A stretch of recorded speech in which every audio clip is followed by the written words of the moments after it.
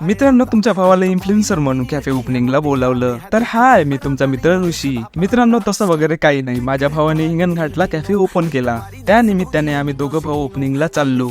मग जाते वेळेस म्हटलं थोडेफार शुद्ध खनिज तेल टाकून घ्यावं आपल्या दुचाकी वाहनात. या पावसाळ्यात टुंब पडलेल्या नदीचा निसर्गाचा आनंद घेत 22 किलोमीटरचा प्रवास कसा संपन्न झाला माहीतच नाही पडलं. तर हे आहे हिंगणघाट मधलं ग्रँड फ्युजन कॅफे, अगदी गोकुलधाम ग्राउंडच्या समोर. बस आम्ही नुकतंच पोहोचलो होतो तर कॅफेचं काम पूर्ण व्हायचं होतं. तर सर्व भाऊ लोक जोरात कामाला लागलो. काही झाडू मारत कचरा उचलत होते, तर काही महाराती लाईट फिट करत होते. सर्व मिळून आपले आपले काम फास्टी करत होते. आपण तर सर्वात इझी काम निवडलं, फर्निचर पुसायचं. हेच काम मला चांगल्यानं जमू शकते. डेकोरेशन आणि छोटी मोठी सर्वांच्या सहकार्याने कामे पूर्ण झाली. सर्व मान्यवरांनी रिबिन कापून ऑफिशियली कॅफे ओपन केलं. बाहेर दनादन फटाके फोडून सेलिब्रेशन होत होतं.